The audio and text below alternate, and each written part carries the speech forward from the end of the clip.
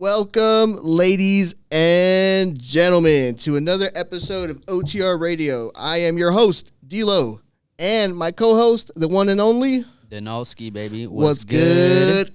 Today we have another special episode with one of my favorite people, and I know I say that to everyone that comes onto the pod, but this guy is truly special. He has been making his name and his statement all over Arizona. He's gone to Los Angeles. He's flying all over to Florida, to Chicago, to Detroit. He's been all over. My man, the one and only bro. Shout out one time. What's good? Bro. What's happening, people? What's good? What's good? Bro. How are you today, brother? We're not talking good, any bro, right? Not B-R-O, huh? Oh, not even close. I mean, like, if you ever met a person like me, you know it can be that simple as B-R-O, right? So there's a little background to it, but like I bring that part of me from Louisiana, because that's where I'm from. So it's spelled in a French style, so it's B-R-E-A-U-X-X, but it's literally pronounced bro. Gotcha. Yeah. Like you know what, bro? For the longest time, I kid you not, I was saying it wrong forever, and you never corrected me at all. So my dumbass, when I found out that's how it was said, I've been saying brew the whole time, like brew. Bro, I mean, like, you got to think about it, man. Yeah. I swear, man. It's way worse out here. I get way worse. Like, I get Breauxxx a lot at the time. Breauxxx? Yeah, or Breauxxx. I do get that one, bro. I do get that one. That's like, wild, man. And is that name just something out of, like, you put together just randomly, or is it because someone told you that, or how'd that come about? No, man. Like, well, one of the things that one of my big homies taught me initially whenever I first got in was like, all right, cool. I need to make something that's going to stick, something that's mine. I'm like, all right, cool. I am from Louisiana. I guarantee you that you won't find another artist that's going to think like, oh, okay, they spell this French as bro, kind of like Go Tigers like LSU. Yeah. It's just spelled bro. And I was like, you know what, let me add another X for some pizzazz. Yeah. That's fire. No, absolutely, man. And I dig that 100%. Now, give us a little bit of a background, brother, for the people listening and even us. I know we're going to learn a lot from you today. Just kind of a background of just being from Louisiana and just the music scene there in general. And if, you know, you and your family, like, were you guys heavily invested in music, or was music always a big factor in your life? Anything like that?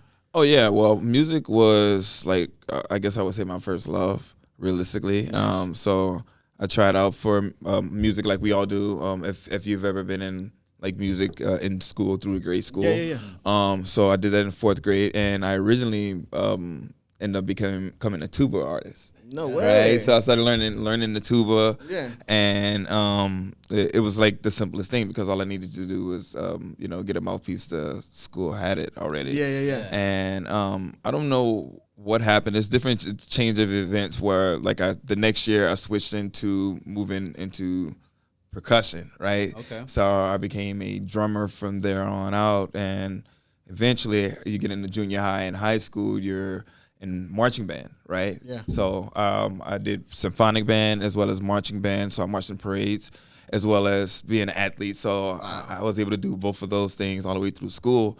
And a lot of people don't know this, but I actually got a scholarship to college to participate in band, right? Really? Okay. Yeah, so like the interesting part about that is with me being an athlete as well, I got a scholarship for that as well. So in college you gotta in college you gotta pick and choose. You can't do the you can't do both unless you're like exceptionally great. Yeah. All right. Like I'm decent at both, but not good enough to be made an exception for. Right. Yeah.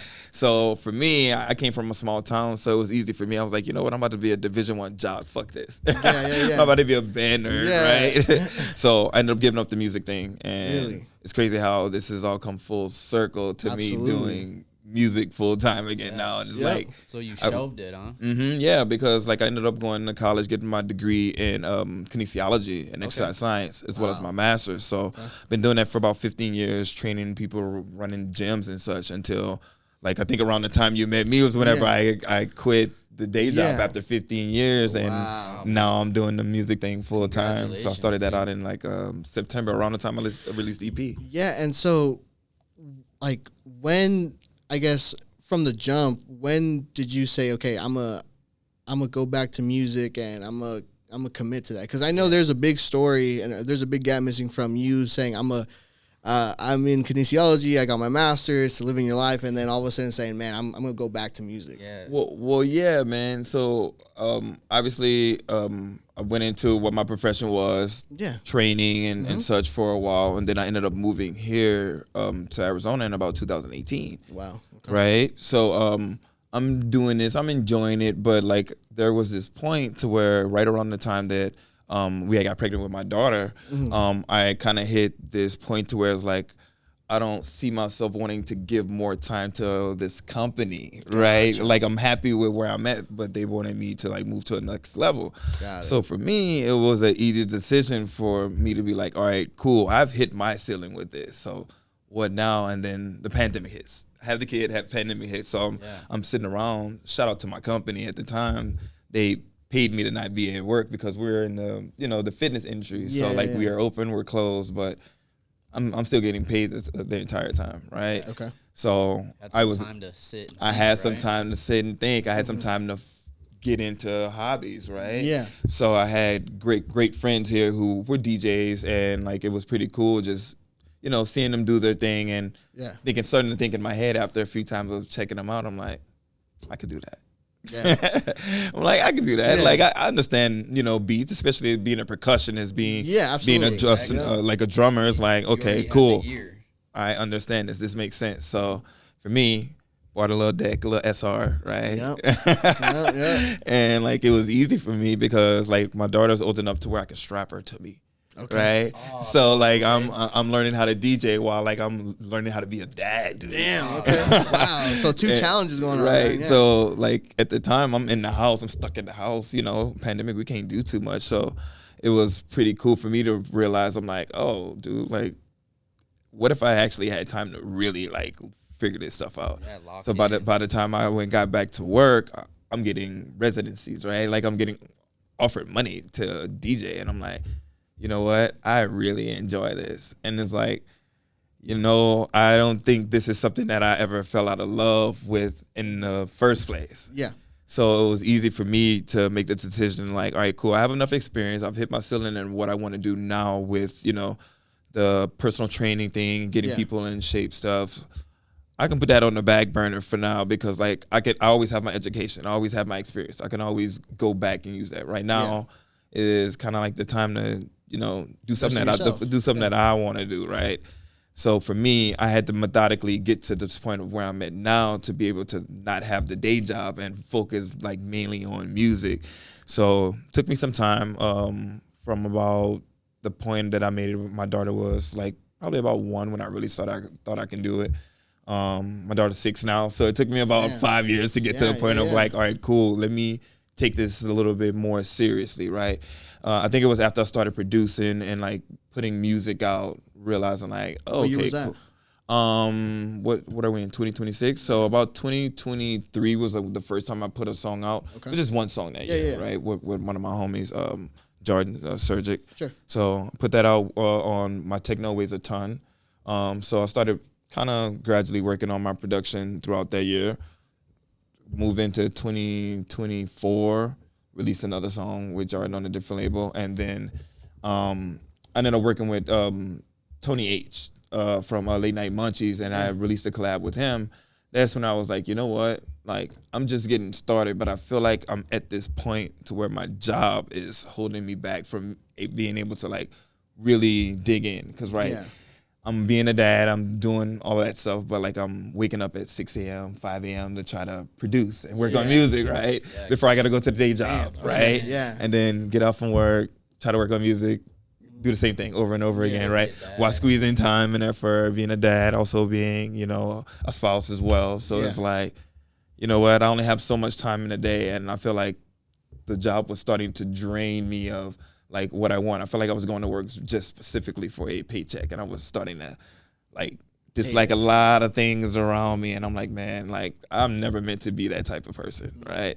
So I was like, you know what, I got to find a way to do something that I thoroughly enjoy. Yeah. So this is where we're at right now. I finally got to a point where it's like, all right, cool, I can give myself about a full year off from like working to focus on doing the things that make sense. Like, as you know, I'm getting my masterclass certification in Ableton, right? I'm doing things like going to conferences. I'm out at Miami Music Week next month, right? I'm playing out there. Yeah, so I saw that, just doing a lot of different things to where it's like, all right, cool. If I'm going to have all this time to myself and I'm going to take this seriously, what steps do I need to take to get there? Just focusing on, shit that's gonna move yourself forward, or better. ROI, right, is how I like to see it. It's like what's going to give me the proper return on my investment of my time, right? Doing it. It's wild to see everything that you've done within that time span that we met each other, because we met each other. I was telling Posh the same thing. Like, we've really met each other, I would say, like a year almost. But we met randomly at the afters at first through, shout out to Seppi, man. I met her and she introduced me to you randomly in the dance floor and got your number. I remember calling you that night because you're like, yeah, let's link up, let's do something. Had your phone saved for months. And it wasn't until like months later, like, you DM me saying, hey, man, like, let's work. And little enough, like, we text each other, like, wait, I have your phone number already. Right, what the hell's going on? Yeah. like you guys forgot you met each other? Yeah. Legit, bro. Because that was by the train tracks, right? Yep. Yeah. It's like that sometimes, bro. You be meeting so many damn people out here. It's wild how this works. Man, if you looked at my phone right now, man, my girl hates, like, looking at my phone because it'll say 2,500. Damn. And there's just so many, like, because, like, I'm one of those people who is like, I am attentive to my phone, but, like, only whenever I have the capacity to do so. And a lot of these things have just gotten, like, overlooked, and, like, for me, I feel like it'll come back around if it needs to. But, like, I'm the type of person you need to double text, right? Because I will, no harm in double texting me, because, like, I will forget, like, unintentionally. Got it. Like, good to know. Because when I hit you up the first time about the pod, you didn't get back to me right away. But now I know. Right. Oh, it's nothing personal, because, like, I value my time so much. Whereas, like, all right, cool. If I'm gonna half-ass respond to a person, why even do respond that? in the first place? Why do that? Like, I wanted to do the podcast, so that's why when Podge hit me, I was like, oh, let me get the group text going, because, like, I do want to do this, but like. Yeah, it's cool, bro. And the thing is, I know where your time is going, because you're also very good at documenting everything. What I've noticed is, aside from you really putting in the work, is you're doing a really good job of, like, showing everybody, like, your true side, but also the hardworking side of you. Like, you really doing the masterclass, you really going to the conferences, you really actually, like, producing with your friends at 6 a.m. sometimes. I see your stories, man, when I'm getting up and your buddy's already at your house, like, cooking something. And although it might not be something that you put out right away, it's just the fact of constant repetitiveness, right? You're just getting that workout in with your mind. Like, I think of it just like in the sense of what I did for the gym, right? Getting those reps in, bro. Like, because I think the biggest thing for me is, like, I learned that, like, you got to get there by getting some scrapes. Right? And you'll never really get there if you don't put that best foot forward, right? Like you got to learn how to lose, like, in order to win. For sure. 100%, man. And I think one of the things that really interests me, and, like, I find super interesting, and I just kind of want to pick your brain out a little bit, is what was it like fully committing to this? What was it like saying, I'm gonna leave the day job? Fucking scary, bro. Like, honestly, even still, like, that was in September, and we're in March? We're it's about 6 months in. Damn. It's still spooky, but, like, the cool part is like, I'm, like, fully committed to music, even though I'm not, like, fully doing what I'm wanting. Like, I'm gradually getting to that point. So, like, I have my residencies that, like, essentially pay my bills, right? Like, there's a few different things of why this allows me to, like, stretch this out for as long as I can, right? In order to, really know that, like, I've given it my all, because, like, I know what this can be. So it was definitely probably one of the scariest times, like, that I've had in my adult years, because, right, like, I have a kid, right? Yeah, like, it's even scarier. Like, it's scary as hell, because it ain't just about me, right? It would be very selfish to, like, quit a job to where I'm managing 8 different trainers. I have 350 clients. Like, I'm pretty high up on a ladder. I'm making pretty decent money, but it's like, dog, like, I don't like what I'm doing anymore. Like, it ain't about, like, what I got into it for. I'm starting to, like, dislike it, like, for the wrong reasons, and it's like, I don't want to start disliking something that I used to love. No one should be miserable. Right. So like I've taken a step back from it. Like I even got to a point to where I personally wasn't working out for my own self because I was like disliking it so much. But your boy back in the gym. Yeah. And it feels good because it's like, man, this is something that I've always loved. Like just being a Division I athlete, having going to school for, getting my bachelor's, getting my master's degree, obviously it's something that I have a love for as well. Yeah. But like, you know, I think it's just being in sales, like, you know. Yeah, you're no stranger to hard work. It's sounding like. Yeah. 100%. And just a different pivot for your boy. Yeah, I think that mentality of like getting in there and doing the damn thing is still there. It's just in a different aspect, right? Like training is one thing, but producing is a whole nother.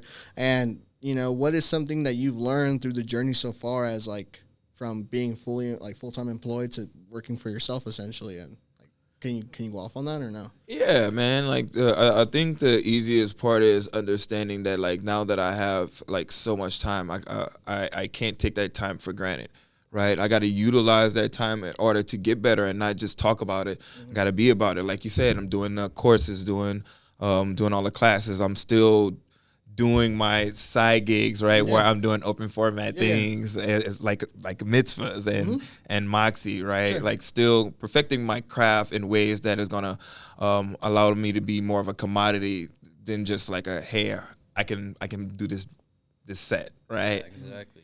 Right. So like I'm doing a lot of learning in that sense because like once I get through the certification and all of this stuff, I'm gonna put myself in a position to be an asset to everyone around me, right? Show everybody what I learned as well, like not just make my own music, but become more of a mentor, a teacher for everybody who needs some help with that. Building real value. Yeah, man. Because I feel like it's something that's just missing in the scene just in general, but definitely Arizona, right? So just being a person who realizing like a whole, try to help fill it in a way that it like benefits me as well as everybody else. That's super dope, man. Giving back to the community, there's just really nothing better you could do. Yeah, for sure. I think something that really interested me too when we first met was you were all about getting community together. That was one thing that me and you connected off right away because of the fact that we were just trying to put everybody together instead of kind of have separate like groups of things and just cliques. Yeah. And well, I'm from Louisiana where it's different, right? We all about family. Like it's small there, right? So like for me, like that's like super important thing, like because I want to be able to know like I got your back and you got mine, right? I can turn around and not worry about somebody like saying something about me, right? Like we can talk about things. We're family, right? We don't think of each other just like whenever you see each other out. We ask about like, hey, how's your mom's, right? How's your kids, right? Like we actually care. We're not just asking because it's the thing to do, right? Like we're asking because we genuinely care about each other. And that's awesome, man. That's why I think one of the reasons that really gravitated me towards you, because you could tell it's genuine. I mean, you can, especially in what we do, dude, you could find the most disgenuine people and call their bullshit out right away. It's easy. It's like easy being OGs like we are, bro. It's immediate. Like when you know someone's doing this because they're trying to get something from you, because they're trying to get some clout, because they're trying to, for the women, for whatever it may be, and those people are the ones that never last in this thing. Right. And so that's why when we were able to finally link up and get something together, it was immediately like, okay, how can we get you guys out here? How can we come out here? Like, hey, let's sign you on the label. Like, we were immediately getting on the board. It was so immediate too, right? It was easy too. It was an automatic flow to it. It wasn't like a forced situation. It was just like, this is just happening, right? Yeah. And that's awesome, dude. And that's why I think, to me, it was super important that we continue building that relationship because, like you're saying, man, like right now what we're seeing a lot in the scene is people being disgenuine, people just being in this thing for the wrong reasons. And we want to kind of stick to those people that are here for the right reason, are here for community, are here for family, are here for the love of the game, are here for the love of the craft. Like, everything about that is super important, and kind of we need to remember that from time to time. And people like you, people like us, have that constant reminder around us, like, okay, this is why we do it. And again, thank you for that. That's super fucking important. It's a super huge reoccurring theme on our podcast about just being genuine, and like going out there with the correct intentions, and just doing it for the community and for the love of music. Right, man. Like I know we are all raised differently, but everybody knows right from wrong, right? And it's easy to be a good person, right? Like at least in my opinion, For sure. Yeah. And it's also meeting a lot of people who feel the same way, and you can always tell. Like, and I can always tell. I always feel like I'm with my family whenever I'm with your boys, right? Yeah, absolutely. Yeah. Hell yeah, bro. It feels like a good time. We're constantly laughing, constantly dancing. Like, it's always good vibes, bro. And that's why I was super happy when you said yes to doing the pod, because I was like, bro, even better. Like, we're going to make this trip absolutely worth it. Getting the pods done, the set, and after that, like, linking up for a little bit, and then we're leaving tomorrow. But we just want to hang out for at least a little bit, man. Oh, yeah, for sure. Quality. Now, yeah, bro, absolutely. Now, can you, like, tell us when exactly that shift of, like, music being just a fun hobby to, okay, this is my path, and, like, can you define that moment and pinpoint that, like, when you made that shift, or when in your mind was like, oh, this right here is what we want to do? Like an exact point, like if it was a show, if you were producing a track and you're like, dude, this is what brings me joy, if, like, you seeing people on the dance floor, like, is there any specific time you were like, okay, yeah, this is what I think I always knew there wasn't any defining point. It was just like it wasn't a matter of if, it was a matter of like when was the right time, when, like, to be honest, because, like, I'm in my 30s. Okay. Is when am I going to be financially stable enough to put myself in a position to have the time, right? That's all about what it was for me, right? Because I always knew that it would be a matter of time for me. Yeah. Just because, like, the old job that I was at, I was required to be there from, like, 8, 9 a.m. all the way till about 8, 9 p.m. Okay. And it was about a 30-minute commute each way. Gotcha. Right? I'm off one day a week, and I'm driving across town to go pick up my daughter, but I'm still making all of these things happen while doing these gigs and doing the residencies, right? So, like, honestly, just thinking back on it with the amount of time that I have now, I don't understand how I was able to do all of those things and still be successful at all of those things at the time. Gotcha. But it just goes back into, like, my determination for wanting to make it work and always knowing. You wanted it bad enough. Yeah. Yeah, if you want it bad enough, you'll make it happen. That's why I'm super confident in this thing. I know it has a timetable before when things really need to start popping off, but right now, like, I'm real confident at the pace at which it's just moving, right? Oh, dude, yeah. Like, it's just moving so much more, I guess I would say smoothly than what I thought it would be, like, before I made the jump. Because, like, before I made the jump, it's like, man, fuck, I don't know what's going to happen. But, like, you say that you felt like maybe there is never a right time to do it? Like, that's exactly what it was. It was just, like, there was never a right time, because even, like, once I was financially stable, it was like, all right, cool. Like, how am I going to go about this? What am I going to do? What is my first step? Yeah. Like, just take the first step. Like, I know what I want to do. Like, I had to take a first step, but, like, I had to understand, it's like, all right, cool, I'm going to take the first step, but, like, I do want to have, like, a plan around how I want to do it. Like, so, like, all right, cool, I am going to take this first step, but, like, what is this first step going to be? Yeah. Right? You gotta have a little bit of planning, right? Right. And, like, it's like, all right, cool, I want to be a DJ. Okay, and so how you gonna go about that, buddy? Right. So I had to really dive deep for myself. It's like, all right, cool. I know I can produce music, but, like, what am I gonna do with my time? That's why you see me up at 6 a.m. Like, I'm going to work out with the homies, and then we gonna get in the studio. We in the studio about 7 a.m. Like, I'm that hungry about it, because it's like, it's possible if you want it. Absolutely. And like, absolutely. You know, one of those first steps was like locking down a system or like a schedule. Yeah, that like you could, do every single day. And definitely. Just realizing how I always hit him up. I let him know I'm in the studio. Oh yeah, bro. Early in the morning, like, I'm just super efficient. Just understanding that, like, all right, cool. Like, this is something. What's the most important thing to you, on your agenda for the day? For me, it's always to get up and be 1% better whenever it comes to production. I'm in the studio every single day, except for, like, I've been giving myself that time on the weekends with my kid and being more present to her.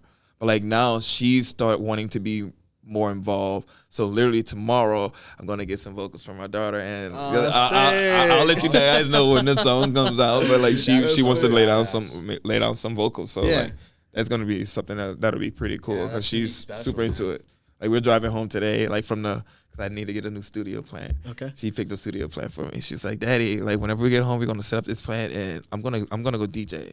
Okay, yeah. Dude, yeah, for her 5th birthday, she's 6 now. For her 5th birthday, she did a mini rave at the crib. No with the way. lights, the fog, and like, you know, That is I had so it on sync control, but like all of her songs were in order, and she was able to mix each song That's in on beat and dope. everything. Dude, at 5 years old. That's badass. I remember seeing some of your stories where like her actually starting to mix and stuff. But that's really dope. I didn't know she fully committed to like a little set. Oh yeah, dude, and that's another reason why like this really drives me. Just seeing how my daughter looks up to me, like having seen me like from 6 months old, whenever she's strapped to my body, all right, to like now, and her still being into it, and like not just like into DJing, but just seeing it in other aspects of like her singing, and like her just being able to keep a beat, right? And, you know, just her understanding music and drops and stuff like that. I'm like, you know what? Like, this is in your blood, right? This is in my blood. Like, this is in us. Like, this is something that we thoroughly enjoy, whether we wanted to or not. Whether we wanted to or not. But her name is Nova. Oh my God! Look at that. It's meant to be. Crazy, right? That's fate. It's meant to fucking be, man. And that's I give you fucking mad props for that, dude, because you're putting the next wave on essentially. From the jump. And you know, we still need that. I learned at 12 years old from my brother-in-law. He was a open format DJ. I remember literally just pulling up with him one time just to kind of set up and see everything, like his whole CDJ equipment. From that moment on, dude, that's what like changed my life and said, oh, that's what I want. Like, that's so little things like that. I know she's gonna cherish forever, and she's gonna say, "Oh, this is why like I do this." You She'll know, never forget. and it's things like that are important, man, because that's what builds soul. That's what builds character. That's what builds like that type of special type of artist, and it's needed, man. It's super needed. For you, like, what were early influences like that shaped your ear and your style? Do you think? Well, just being in music in general, not yeah, even yeah, in just being in the South, right? Just like just being in a marching band, just understanding music from how should I put this, right? Like everybody can feel and understand music just by based off of like, you know, how it makes them feel, like emotionally, psychologically, right? Yeah. So like for me, I feel like because I had to go to school, I had to learn actually what a downbeat is, what 3/4 time is, what's 2/4. Like I think of music in that sense, even though like I enjoy it, like I can't turn off my thought process when it comes to analyzing music. You see the science and the math of it, right? Like so, like that. What I feel like kind of gives me an edge, because I feel like it's always like a challenge, right? Because like math is hard as fuck, absolutely, right? dude. And music is too, and then that's the point to where I'm getting within my production part, like making my music a little deeper whenever it comes to like melodies and digging a little bit deeper into my sound design, right? Because like that's what my course is forcing me to do right now, and like my songs have always been more percussion driven, but now you're gonna hear more melodics, more chords, more type of things like that within my songs. Utilizing more of those tools. Yeah, which I've always enjoyed, but like it was always something that like, you know, I didn't use as much unless I was in a symphonic band where I'm playing the timpani or I'm playing the xylophone, I remember, or something like that. It's hella interesting how there's like all these rules and like math and science that goes into music, when like music is like one of the most freeing things. Right. Like the math and the science makes it a little more complicated whenever it comes to the time of you actually trying to create it, right? Yep. There's rules to this now. Yeah. And that's what I'm learning. I'm like, wait, you're telling me like so this chord could go with that chord, but like there's still rules. What? Okay, got it. Now you're gonna put a hold up on what I thought music and how it should flow, right? What gets interesting though is when you break those rules. Oh yeah, whenever you learn how to break those rules, right? Like that's where I'm starting to really enjoy production. I'm like, oh, okay, cool. That's a way I can do it the way I want to do it while still getting the job done, right? Yeah. Being able to have those tools to express yourself creatively, right? Like your full pleasure.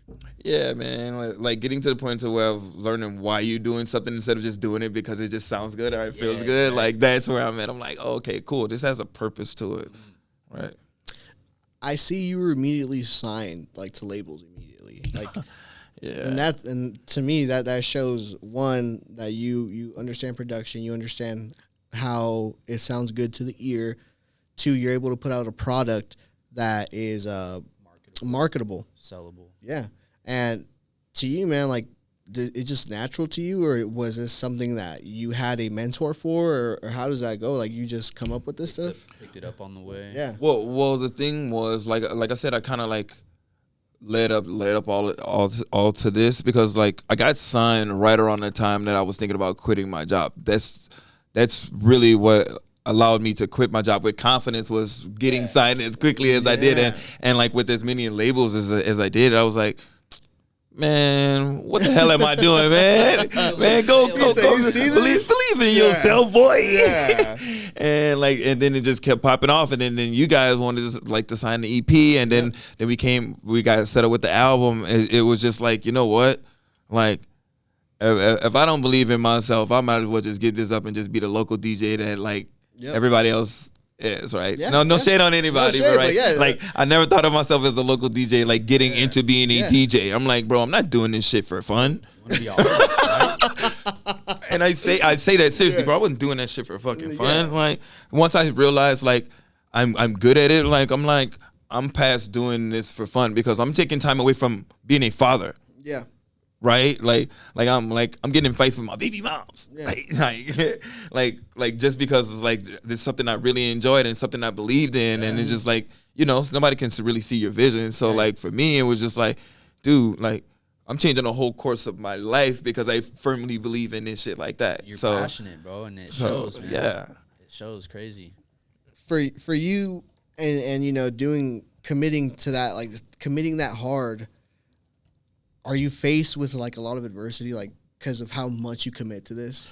Yeah, because nobody understands like how hard I have to go and like the things I have to give up to like make this shit happen. So like for me, I have to make sacrifices and do things that like the average person was like, what the fuck? Like, like why you doing this or why you doing that? But I'm like, I'm doing this because this is what's best for me.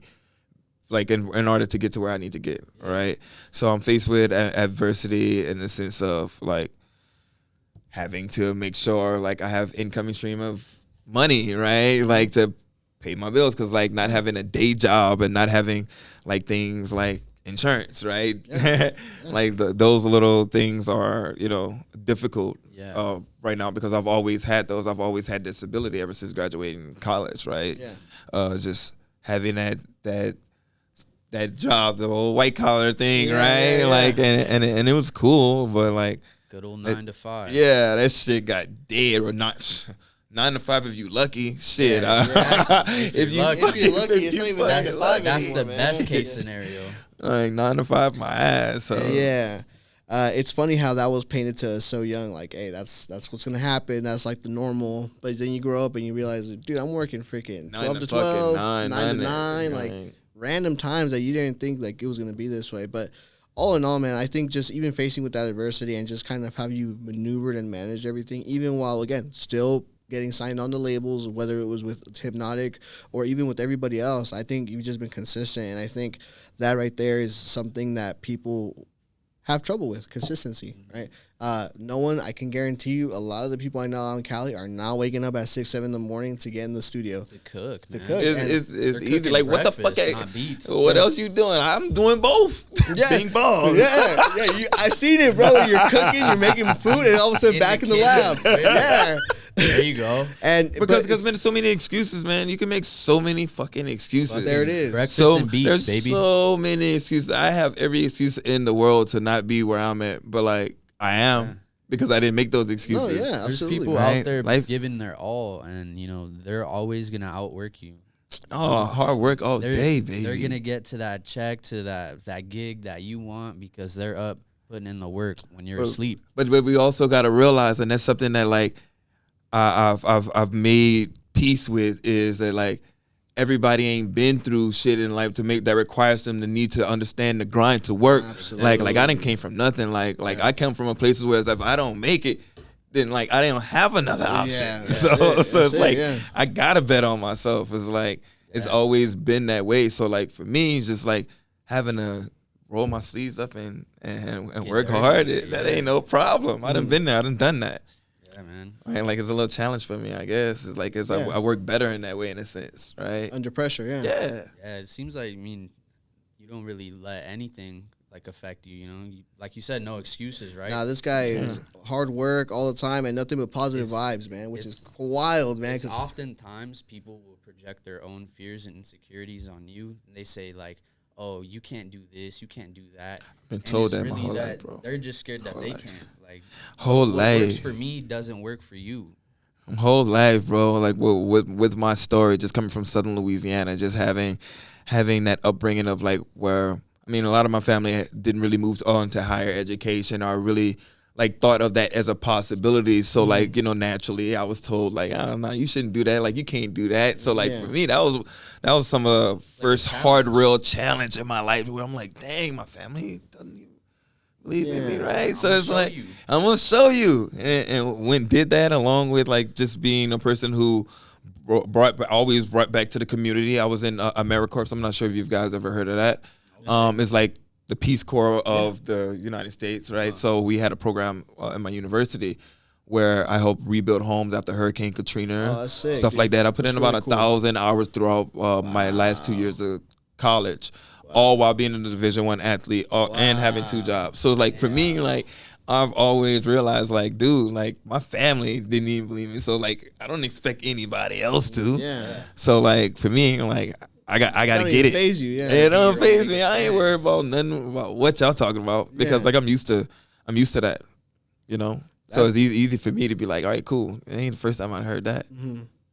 Now, seeing it kind of like in the scene as well, like, are you faced with a lot of like artists that are kind of giving you shit about like the stuff you make, about like how you're moving in the sense of like how you promote yourself and things like that? You know what's cool about my situation is because I've been in the scene so long and I've tried different methods of like, you know, just, you know, being present. Yeah. But like my easy way to explain this these days is like just staying busy and staying out the way. I'm doing my thing. I don't care what you say, right? Like pay attention, take a notebook, learn something from it, come ask questions, come through. Like I have an open door policy for any producer that lives in the Phoenix area, and everybody knows this. Like if you want to work with me, if you want to learn some stuff, if you want to grow together, my door is always open. That's what I do on a daily basis. Let's grow together. Like I firmly believe in that. Like if you lived here, you'd be over there all the time, all the time. Right, and like some people believe in that and they'll come through, and like the ones who don't, then like that's fine, right? The ones who will talk about it like late at night, at after, like yeah, let's get together. I'm like, all right, cool, we'll see. Like, guess what? Like you still hear the afters after I leave here. Guess what I'm going to do?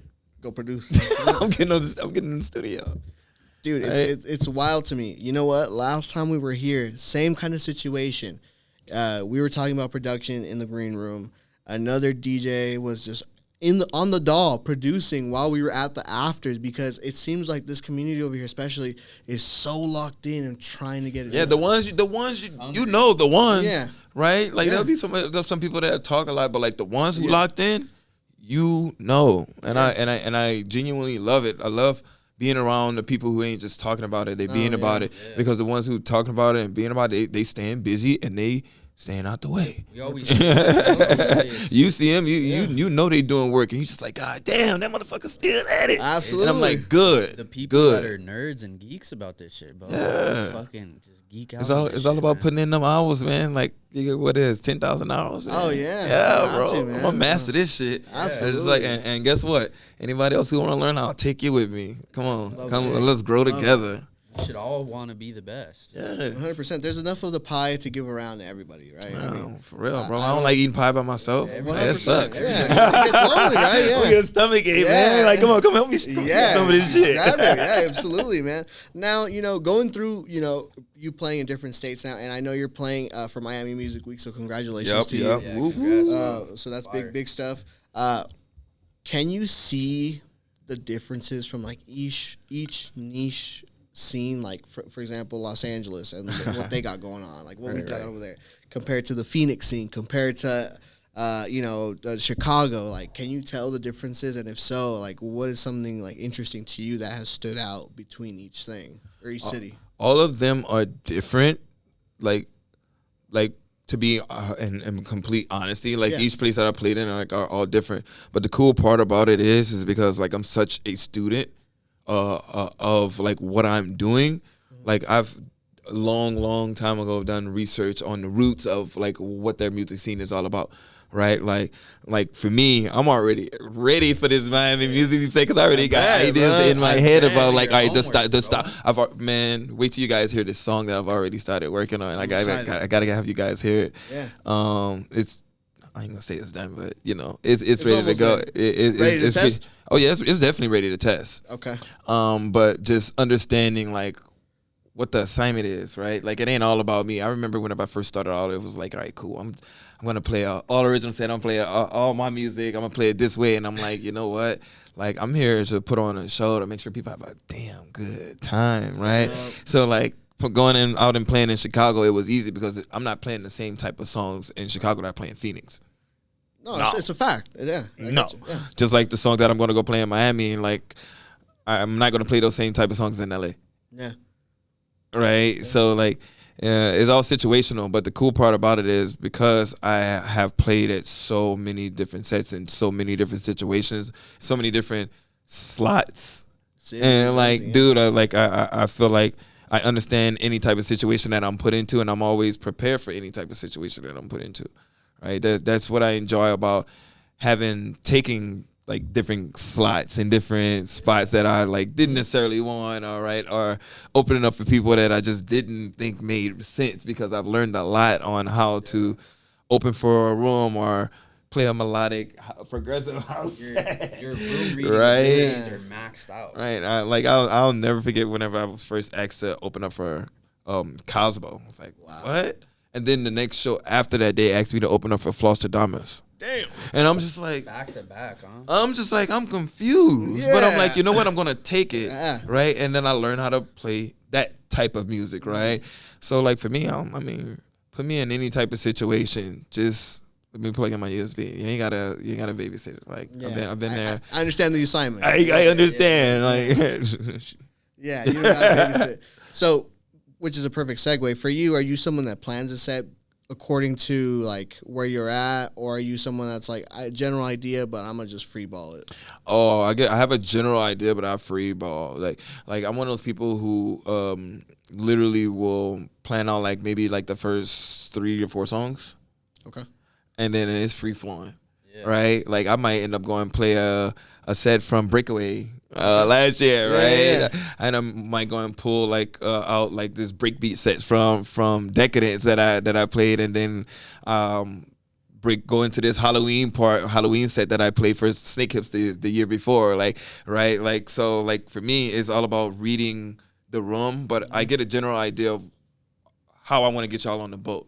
Gotcha. Right? Gotcha. So that's the fun part for me because like I have so much music in the bag. It's just like I can have an idea, but like it's just like what y'all vibing with, right? Like I ain't doing it. I ain't up here for my own benefit. Like I'm not up here just standing there and throwing my hands around. Like I want to see you motherfuckers dance too. You would say you like jump through different sets that you've performed previously? I tend to end up fucking doing that. I end up will like literally plan a set out, and then like sometimes like I may not feel the set just by reading the room before the DJ that went on. I'm like, you know what? I had an idea of how I want this to go, but I'm gonna change this. Throw an audible in and change. I'm gonna change this up. Yeah. Just like thinking about for like whenever you guys came down last, and I did the whole marathon, right, bro? Like I literally put it on everybody that I B2B with. Like, what do you want to play? That's true. What I tell them, I don't give a fuck. I have 5 different people that came in and out with me. I was just like, bro, put on whatever you want to play, because like I'm gonna be playing, but like I don't want this to be about me. I want it to be about me and my fans and being up here, and I want y'all to show y'all different style. I play what y'all play. Fire challenge, bro. Like, how else do I keep this shit fun? Give me all these DJs. You throw whatever at me, and I'm gonna come correct. Yeah, you throw whatever, and I know you were there. You remember everybody played the different type of shit, but like I was like, I'm gonna flex in with y'all. Like Mickey wanted to play what she wanted to play, but I was like, I love it. Play what you want to play. Ava too. I know she's throwing some harder shit. She's throwing some harder techno. I'm like, okay, cool. I'll match you. I got that. Easy. Hold your own. I got that. I can't prepare. Like I ain't new to this. I'm true to this. I done been here, done that. She's like, can I play my type of stuff? I'm like, I don't care. I just want you to have fun. That's the ultimate test, bro. That's the ultimate test right there. Yeah, it was fucking fun. It was fun. It was a good time, dude. And we appreciate you so much for even letting us just be a part of that. I'm glad you guys came down for it. I was absolutely, you bro. had a takeover then, so you was just back to back a bunch of people all night. Yeah, well, what happened was I had a birthday takeover over where you're going tonight after 12. So I booked some of my best homies for the base stage, and then for the house stage on the inside, I booked some homies, but I had them do like a B2B, and I had one of my other homies open, but I essentially ended up playing for like 3 to 4 hours with like B2B and with all of my homies, just switching in and out 30 minutes a piece. Yeah. And like I was pretty much like letting them play their styles, and I'm just matching whatever they got. And you're just kind of gluing it together as like the next DJ comes in. That's that shit was fucking fun. And it shows. You know, something I don't think I got to tell you last time when we were here was you can tell when you're genuinely up there having a good time with your friends or by yourself. Because I see you just smiling, I see you laughing, I see you. We're constantly hugging, bro. Like it's nothing but good vibes from you, and whenever you're on that stage, bro. Because you could tell you're there because you genuinely love. It's a passion. It's your passion. You could tell you love it, and you could tell like when someone is truly passionate about something.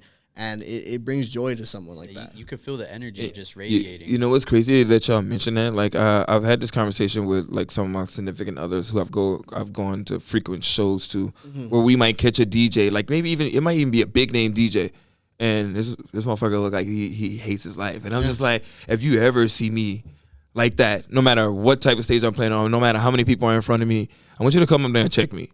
Yeah, because I'm not up here for any other reason but to like enjoy what the fuck I'm doing. I'm not up here for like a facade or anything like that. Yeah. So like that's a constant reminder that I remind myself is like I never better be up here like not enjoying it. Yeah. Like what the fuck am I doing? Absolutely, man. I mean, like you were saying earlier, like it's just we're not up there just to kind of throw our hands in the air, right? We're not just because essentially we're just there to we're conductors. We're trying to conduct the music, but if we're not doing that, we're just kind of there. Yeah. What's the point? I'm trying to take you motherfuckers on a roller coaster. It comes with the balance, emotions, too, baby. Right? Because I mean, you don't want to be too serious. Obviously, you want to be up there having fun, but obviously, you don't want to be getting fucked up before your sets either. You know, having too much fun. Oh yeah, so it's about finding that perfect balance.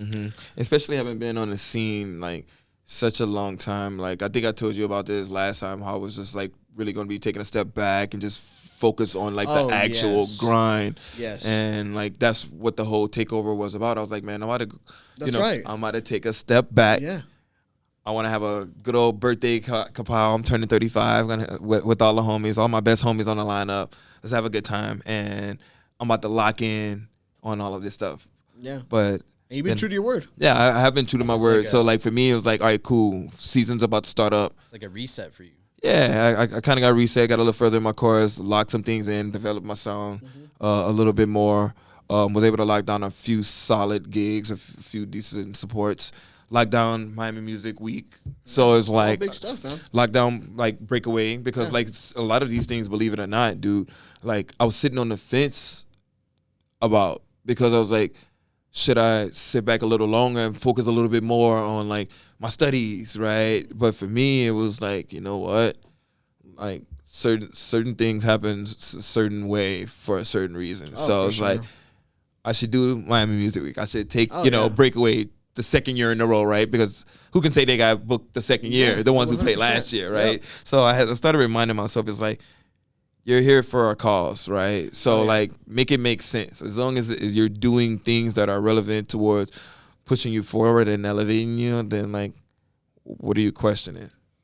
I think you're picking and choosing the ones that are really worth it to you. That's pretty much what it was about. Is like, all right, cool. And then I just recently got asked to, do Sage. I was just about to bring that up too. Like I know you're about to do Sage Armstrong too, man. Right, that came out of nowhere, but it was just it was just like, you know what?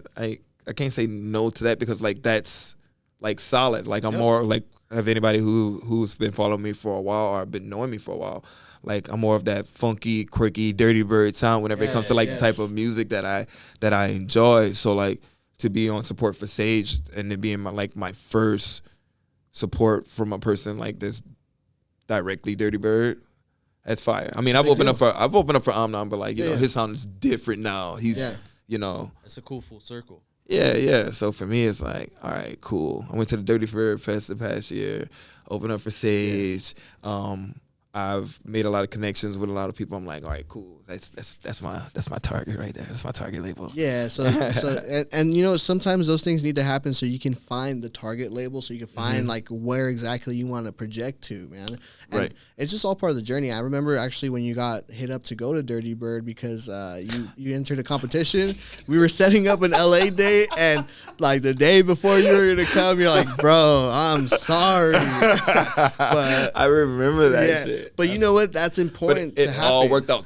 Look at all this shit, bro. Absolutely. That's what I'm saying. Sometimes, like, hey, it might suck at first, but it's going to come around full circle and even better next time around. So no worries, man. And with that also said, dude, I think the next question I want to ask you is, how different is your approach from, like, you going in the studio, like, now compared to when you first started? Like, that's so awesome that you asked that, because, like, now it feels so good to know that I can actually get an idea out before I have to go do any fucking thing else. Nice. Right? Because, like, no matter how early I would wake up to produce, I still had to be leaving my house at, like, 8 o'clock, 8:30 to get to the gym, to be to the gym for, like, the next 12 hours. Right, like all the ideas and all these thoughts, I'm typing them down in my notes. I'm trying to remember everything. Right, I'm downloading like Ableton Notes, like on the phone. Right, dude, I'm bringing the computer. I'm bringing my laptop I'm starting, bro. It got to a point to where I was producing at work more than I was fucking working. Oh, dude, bro, that's happened to me. Like to double back and answer your question about when I knew it was time was whenever I was producing more than I was fucking working. Right? Dude, but I was like, this is, you know what? This is sad. Like, this is sad. They deserve more. Like the company, because I do the clients. I loved what I did. I was like, they deserve more. And you know what? I deserve more. Yeah, but I also deserve more too. Yeah, bro. Like I'm like getting to work late, and then I'm like doing my bare minimum, and then like I'm pulling out my laptop. Like whenever we're on conference calls, and I'm like, we're over here just like I got thoughts in my head, just like, let her add this little piece, right? Go do a little bit more, train a person, and then. Technically, I had like a 3 to 4 hour break, bro. I would go to my homie Isaiah Walker. I would go over to his house, bro. I would pop up the computer, go to the studio, and I'm producing hard up. And I'm on a conference call like for work, bro. And I'm driving back to the gym, and I'm getting to the gym, and I'm still thinking like, man, fuck, I gotta finish this. I gotta finish this shit up. Crazy, then I get home. And then I'm working, and my girl's like, man, what the fuck? Or even all day, I was like, I just got to work on some music. Little does she know how much I've been working on music all day already. And I'm doing this like almost every day. And I'm like, bro, I got to get the fuck off of this job, bro. It's crazy to get addicted, to get lost bro, I was fucking dog. addicted, bro. Dude. But it's like, bro, it was just like I was just getting so much better. And I'm like, dude, I'm stopping my growth. Exactly. Like, it was pissing me off. So, like, dude, like, I'm stopping my growth to do something that I'm not even trying to grow in. Like, you're not even you can't even lock in anymore because you're so focused on, like, what you're doing on the DAW, you know? Bro, it's wild. I'll be doing the same shit. I'll take my laptop to work, and my lunch is an hour. Bro, for a minute, they weren't, like, really checking our lunches and shit, bro. I would, like, no cap, be out there for like 2-3 hours, bro. Yeah, and like it's crazy. Like with my job, get off. It was easy because like I'm working in in a position to where it's like I'm managing stuff, and I've been working so long to where it's like I'm on autopilot. Like I'm working, but I'm like I'm really not working. It's second nature. You don't even really got. Like I'm really working on my computer. I got my work computer. It's like really like into the music shit. That feeling that you're saying, like being able to be like versed or creative enough or know the tools enough to produce something quick enough, like in the time that you do have, that where you're able to like listen to it and be like, oh, I got something. Right. You know, that I don't know. I feel like upset if I can't leave the laptop or, you know, whatever without something I can be like, all right. You can walk away and it's like, this is solid. This is solid. Like, this is, I can do something with this. And that was my issue before, right? I was like, man, fuck this. I can't even get a complete thought out. Yeah. Right? So now it's so much livelier because like I have nothing to do. Yeah. Like, I mean, I do have stuff to do, but it's like I'm in my studio. It's like I get up and I work hard. Like I could literally wake up whenever the fuck I want and then start working on music. Yeah, like, you could easily fall into bad habits, bro. Like I literally wake myself up like it's a fucking job because it is. Yeah. And I get in, I work on some of my Ableton masterclass cert, and then I'll start working on some of the music from the stuff that I've learned from the masterclass. So like for me, like treating like I'm back in school, right? It's like time is money, right? So like it makes it so much more like fun for me is because I'm doing it based off of something that I thoroughly want to do. It's not like I'm doing this because I have to do it. It's like this is what I always wanted. Yeah. I always wanted this amount of time. Now I can wake up at 6, work out, handle my stuff, be producing by 7, can produce until like 4 o'clock when my girl get up. Like imagine having that uninterrupted time to actually focus on producing. How much could you get done? Oh yeah. Oh my God.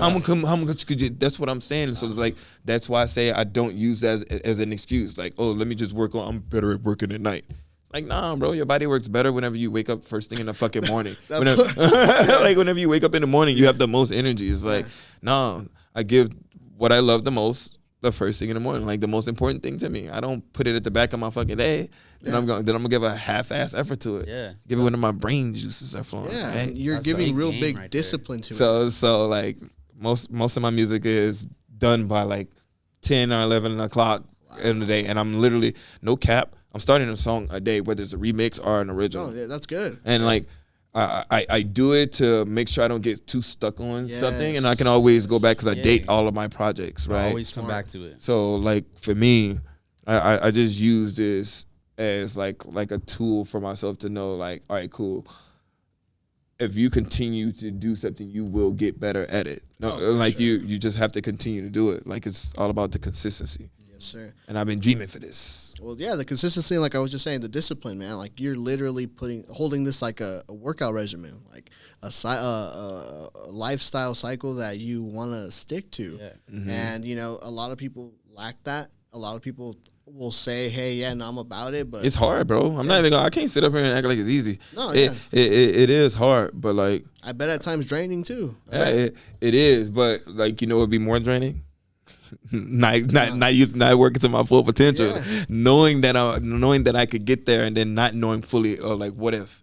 Fuck that. What if? Like I want to give my all. If I don't make it, I know I fucking gave my all. I tried, right? Now, when you're starting a track, are you building like for the club? Are you building it for the festival floor? Like, what is your intention behind building a track at first? Like solely for you.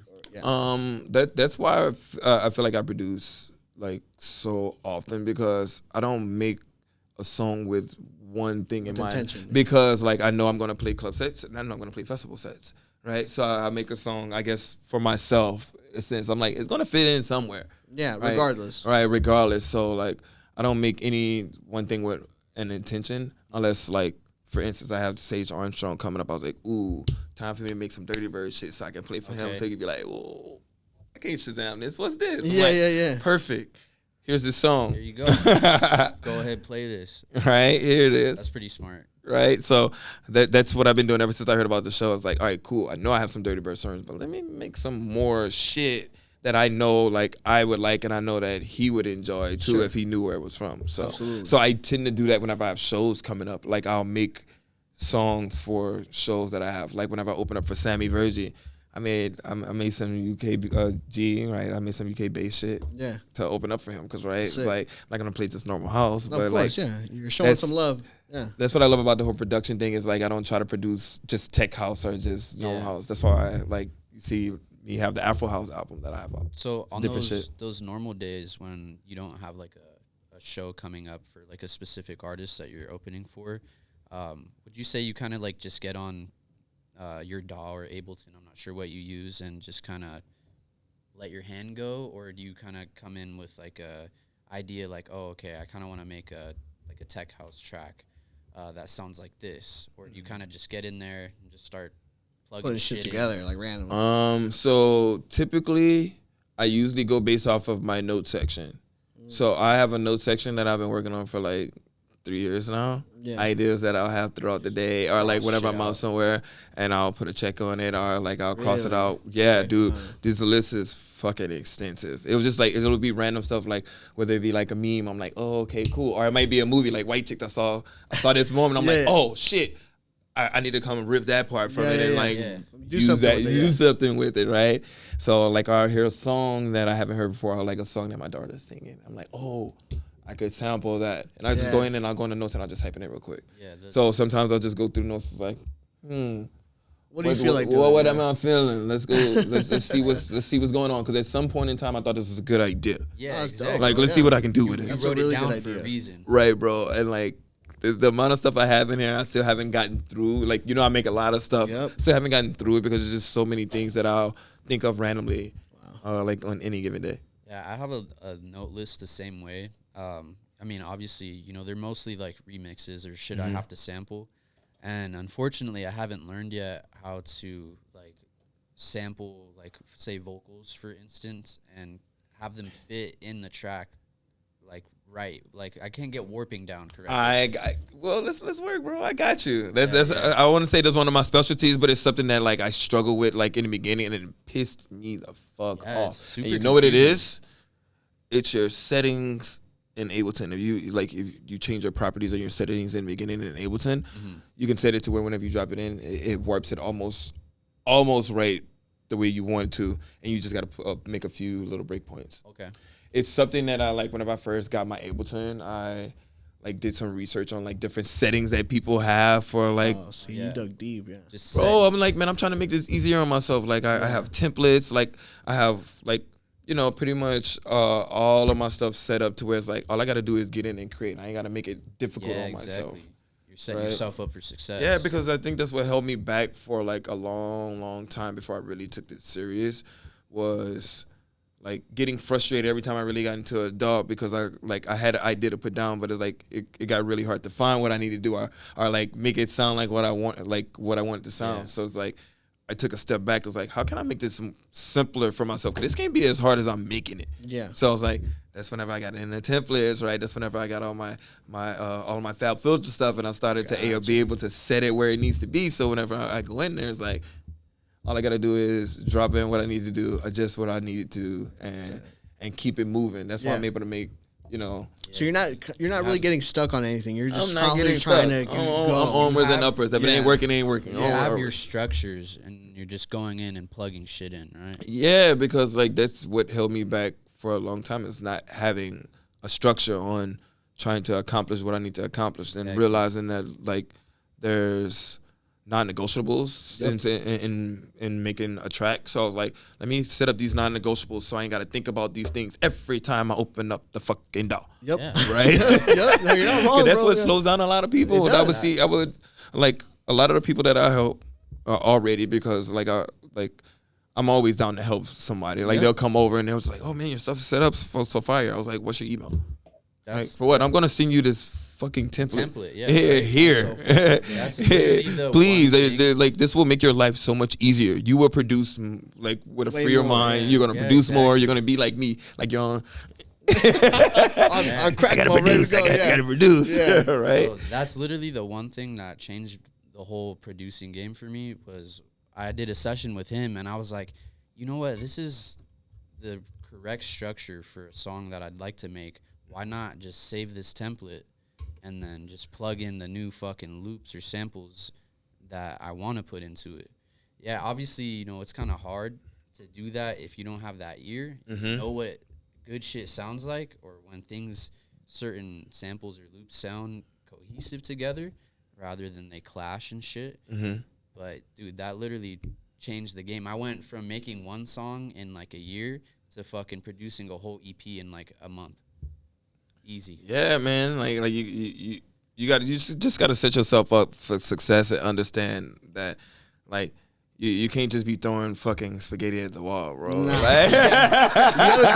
you know what I'm saying? You gotta find out what works for you, right? I mean, you yeah. gotta throw spaghetti until you find what spaghetti sticks, and be like, okay, I'm gonna stick with that one, and go from there, man. It's finding what you like, because in this, dude, what I realized is there's so many things you can learn. There's constantly learning every day. I'm sure even with like the production master class you're doing, after that, I'm sure there's gonna be something else that they're gonna say, hey, like we got something new coming. You want to learn? Yeah, dude. It's constantly evolving. Even though I'm like been producing for like as long as I am, even in the production class, dude, I feel like I don't know shit, bro. It's just so many nuances and so much more. It's almost like you remember that we were in grade school, motherfuckers. Remember algebra? Oh man, did you hate it? I took it 3 times, bro. Didn't you fucking hate it? Start digging in the Ableton, like the numbers part of it.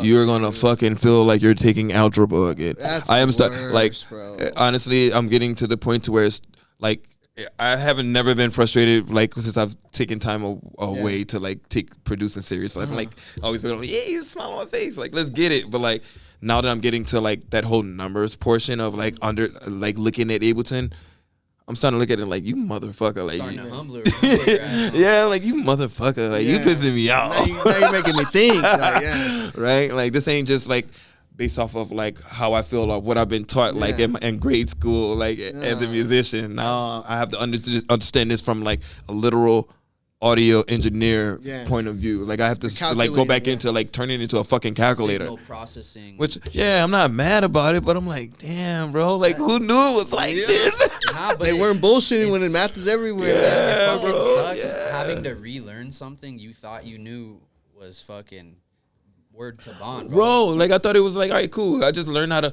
make sure I tighten up my bass and make sure all that stuff, like you know, like lock that shit in, make it pump more. It's like, no, motherfucker, you got lots more to go.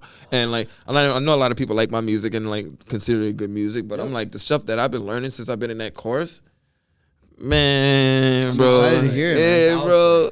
Shit's about to be slick.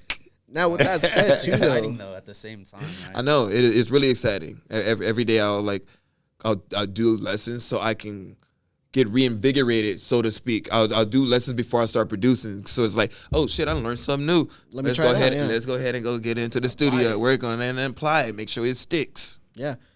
Now, even with that said, though, now are you still motivated to do solo sessions, or are you just more, if anything, kind of looking forward to doing collabs more because of how locked in you've been and how, you know, tiring you can get from just doing solo stuff?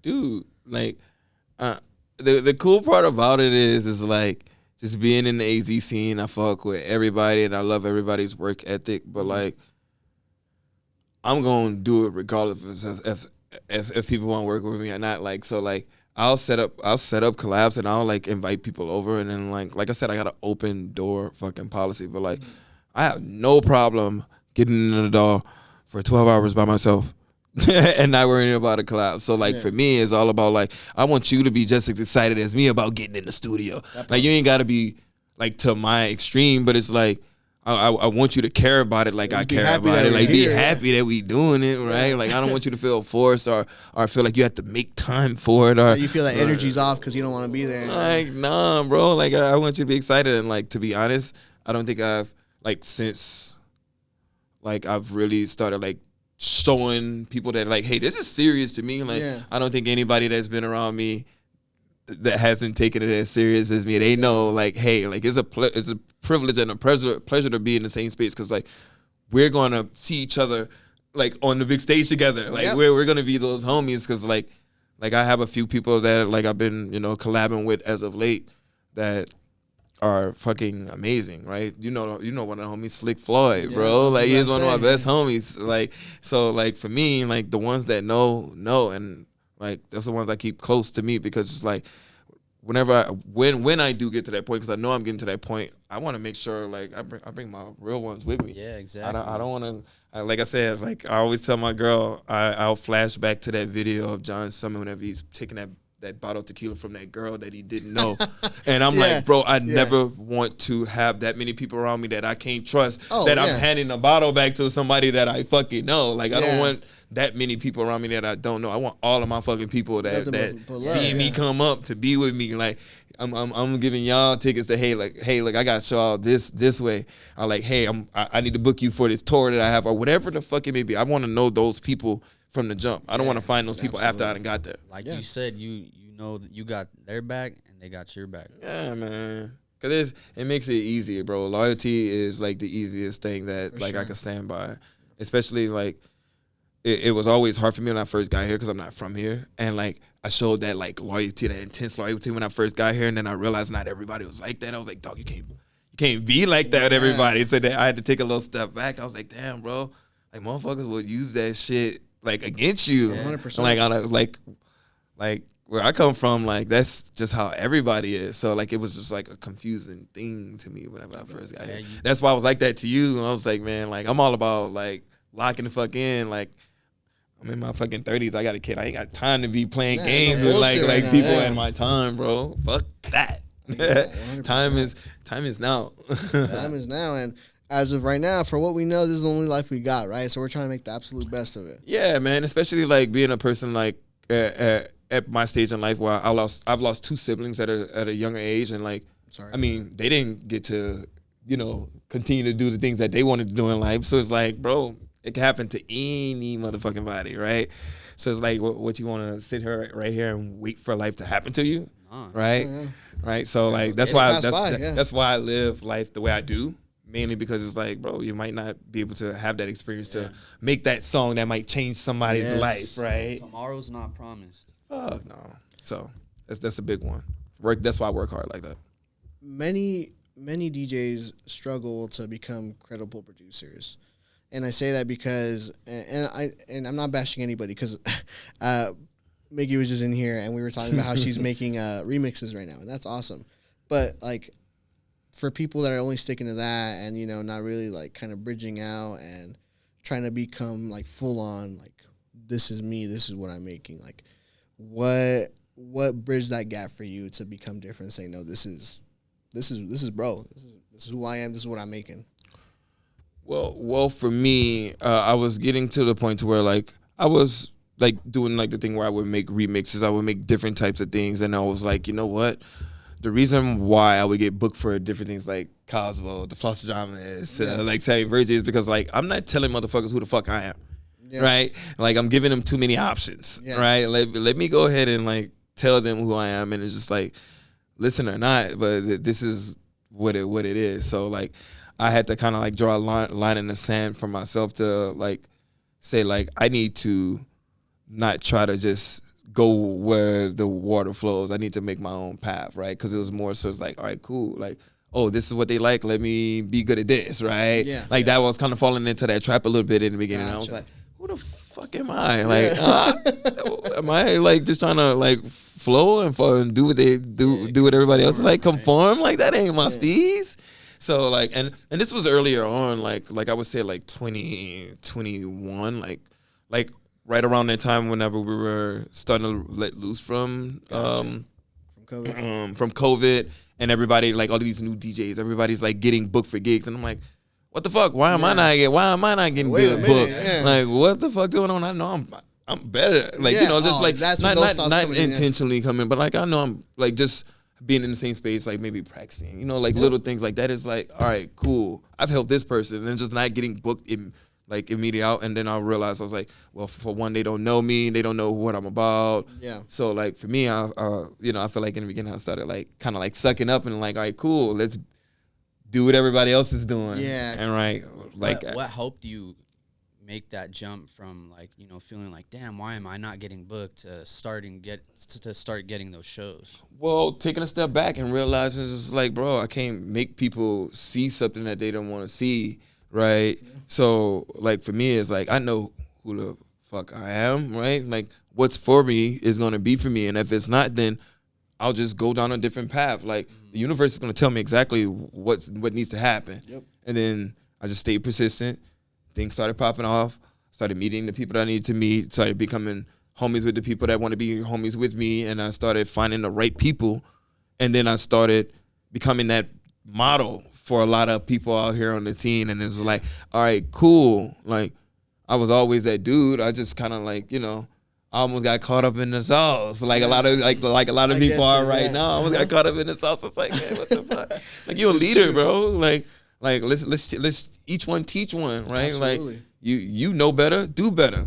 100%. I think the next question I was about to ask you kind of ties into that. It was going to be, what are the common mistakes you're seeing with like this new up and coming group of DJs like that they're fucking up on? Like, what do you see like they're fucking up on to build that momentum that you did?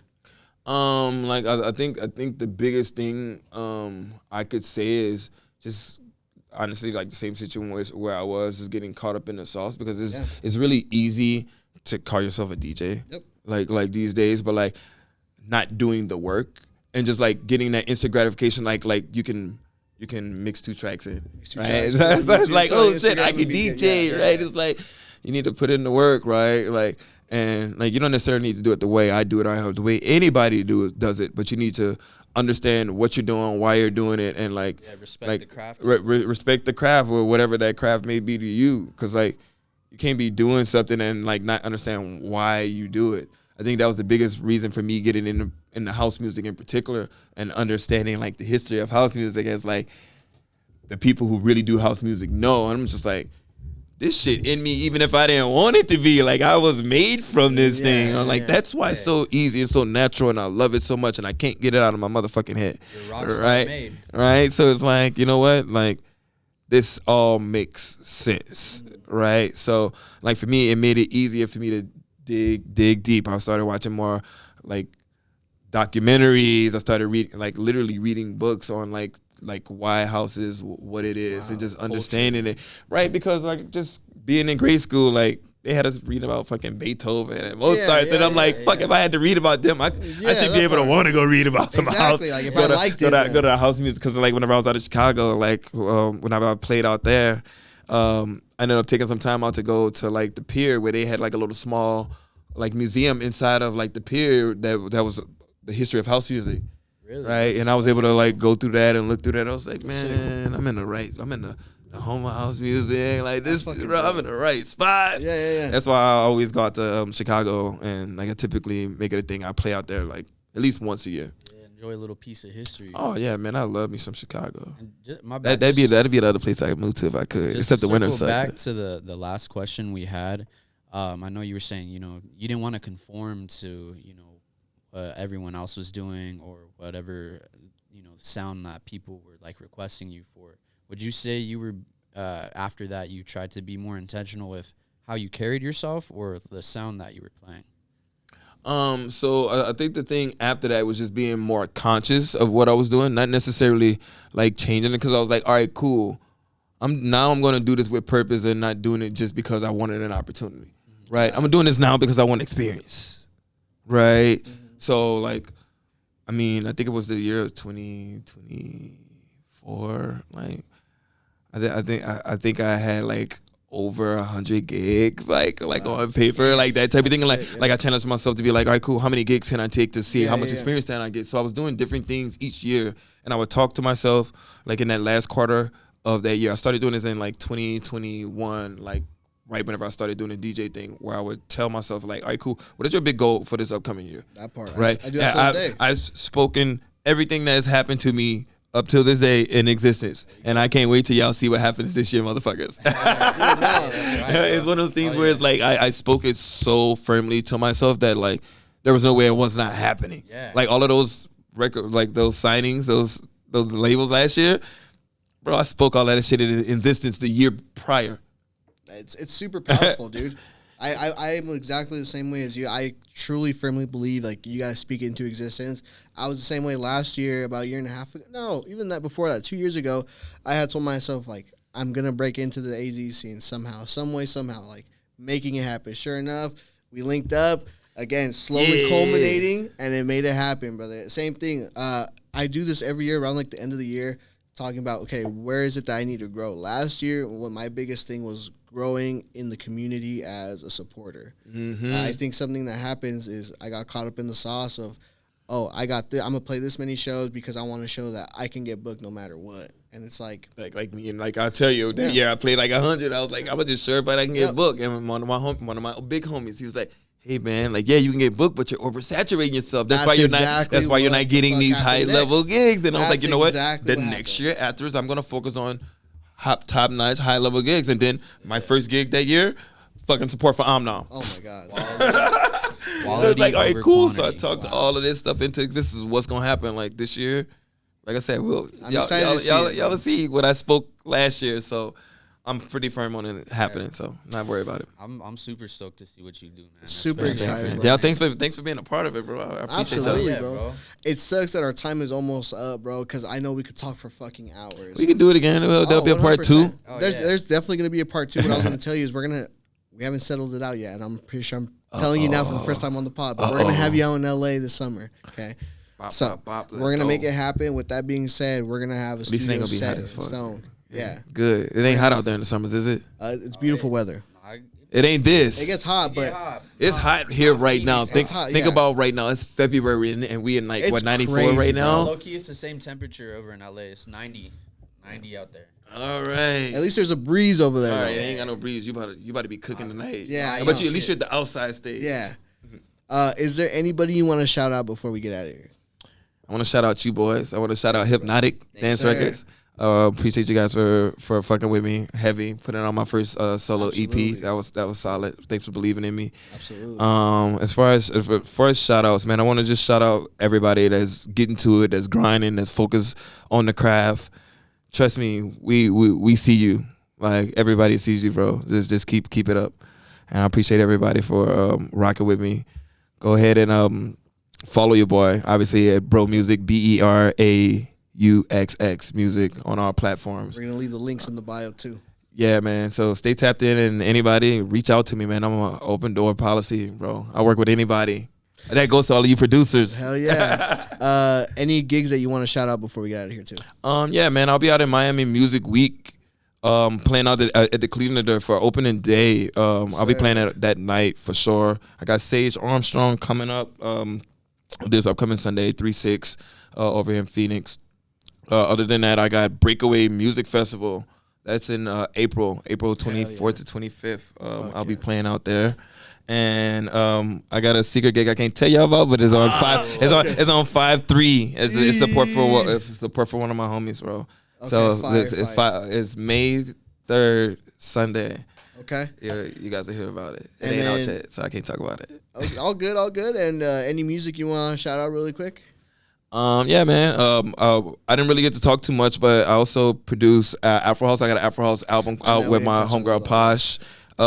It's called Ascension. You can look us up on the Ninth House Hey, Prophecy. Twin, I just dropped the EP called Ascension too. Get the fuck out. Hypnotic. Oh, that's you. That's Oh, me. that's Yeah, you. that's it. Yeah. Hell yeah. So like they like different dimension vibes. It's like Yes. the same idea but Yeah, different dimensions for Yeah. sure. My twin. Yeah, bro. So I got that. Y'all need to go check out the In My Bag EP if you have That not too. done that shit. In That's My Bag actually EP.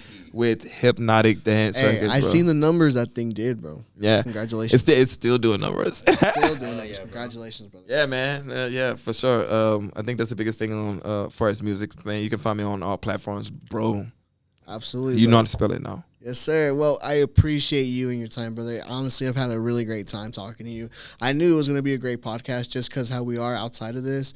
I knew you were going to be an interesting guest to have. I know you have a lot of stories to tell, and it sucks that we could just only do an hour and a half today, but I promise you, brother, next time it's going to be even better. We're going to go deeper into going like deep into your music from the projects you've done to like just where you've been from this last pod to then. So it's gonna be a great fucking time, dude. I appreciate you so much. Again, thank you to everybody that has been listening to the pod and has made it up to this point so far. We appreciate you. We love you. Till next time, this is D-Lo. This has been OTR Radio. We'll see you next time. Peace. Later, baby.